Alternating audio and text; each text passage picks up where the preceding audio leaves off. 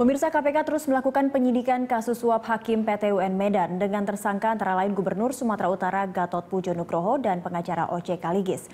Untuk mengetahui perkembangan kasus, kita terhubung dengan Cikal Multazam dari KPK.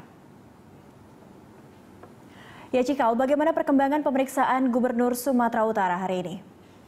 Setelah menjalani serangkaian proses penyidikan, KPK seperti kita ketahui pada malam tadi telah menetapkan Gubernur Sumatera Utara yakni Gatot Pujo Nugroho dan istri keduanya yakni Evi Susanti sebagai tersangka dalam kasus penyuapan 3 hakim PT UN di Sumatera Utara.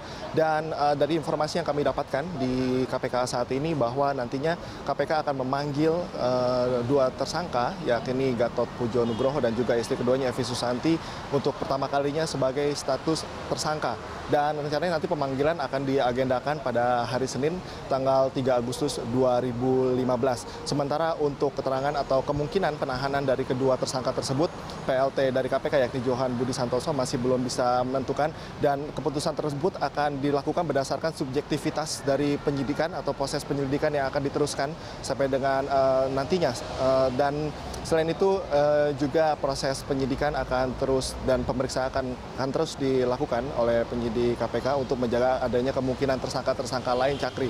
Dan seperti diketahui, kedua tersangka tersebut diancam dengan melanggar pasal 6 ayat 1A dan 1B dan juga pasal 64 dari KUH pidana dengan ancaman maksimal nantinya mencapai 15 tahun. Dan ini merupakan suatu tanda bahwa adanya keterbukaan atau titik terang dari kasus ini, karena diprediksi kedua tersangka tersebut merupakan hulu dari uang suap yang setelahnya mengalir ke pengacara OC Kaligis yang akhirnya untuk menyuap ketiga hakim PT UN. Sejauh itu, seperti itu informasi yang kami dapatkan di gedung KPK ini. Cakri.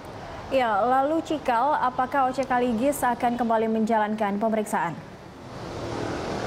Sebelumnya diketahui bahwa OC Kaligis menolak untuk memberikan keterangan sebagai saksi, namun dari informasi yang kami dapatkan dari PLT KPK yakni Indrianto Senoaji, ia menyerahkan sepenuhnya bahwa keputusan tersebut merupakan hak tersangka, yakni juga hak dari OC Kaligis untuk menolak memberikan keterangan. Namun ia juga menegaskan bahwa penolakan tersebut merupakan kerugian tersendiri yang akan didapatkan oleh OC Kaligis karena nantinya akan adanya gangguan dari atau menunda dari proses penyidikan. Dan untuk saat ini tadi kami memantau ada anak dari OC Kaligis yakni Velove Vexia datang ke KPK, namun kedatangannya tersebut hanya untuk memastikan kesehatan dari ayahnya.